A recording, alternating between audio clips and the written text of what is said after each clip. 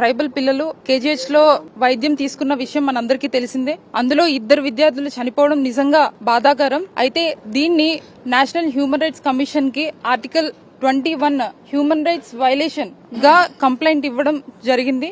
అయితే వీటిలో మేము హ్యూమన్ రైట్స్ కమిషన్ ని కోరేది ఒకటే, స్పెషల్ ఇన్వెస్టిగేషన్ టీమ్ ని under national human rights commission under లో పెట్టి ఇన్వెస్టిగేట్ చేయమని, అదే విధంగా ఇప్పుడు ప్రస్తుత ప్రభుత్వం ఏదైతే ఉందో దాన్ని ఇంతకు ముందు చనిపోయిన 2 పిల్లలకి కూడా ఎందుకు పోస్ట్ మార్టం చేయలేదు, అదే విధంగా ఇంత జరుగుతున్నా కూడా ఈ రోజుకి ఆ గురుకుల పాఠశాలలోనే కాకుండా చుట్టుపక్కల ఉన్న ఏకలవ్య స్కూల్ కూడా ఈ ఇన్ఫెక్షన్ స్ప్రెడ్ అయ్యి అక్కడ కూడా దాదాపు 80 మంది పిల్లలు ఎఫెక్ట్ అవ్వడం అన్నది నిజంగా బాధాకరం. అయితే ఇంత జరుగుతున్నా కూడా ఎందుకు స్టేట్ గవర్నమెంట్ ఉలుకు లేకుండా పలుకు లేకుండా ఉంది అని చెప్పి ప్రశ్నించమని చెప్పేసి మేము నేషనల్ హ్యూమన్ రైట్స్ వాళ్ళని కోరుకోవడం జరిగింది. అదే విధంగా ఎవరైతే పిల్లలు చనిపోయారో వాళ్ళకి ఖచ్చితంగా కంపెన్సేషన్ అన్నది, ఫైనాన్షియల్ సపోర్ట్ అన్నది స్టేట్ గవర్నమెంట్ ఇవ్వాల్సిందిగా డిమాండ్ చేస్తూ మేము కమిషన్ ముందు పెట్టాము.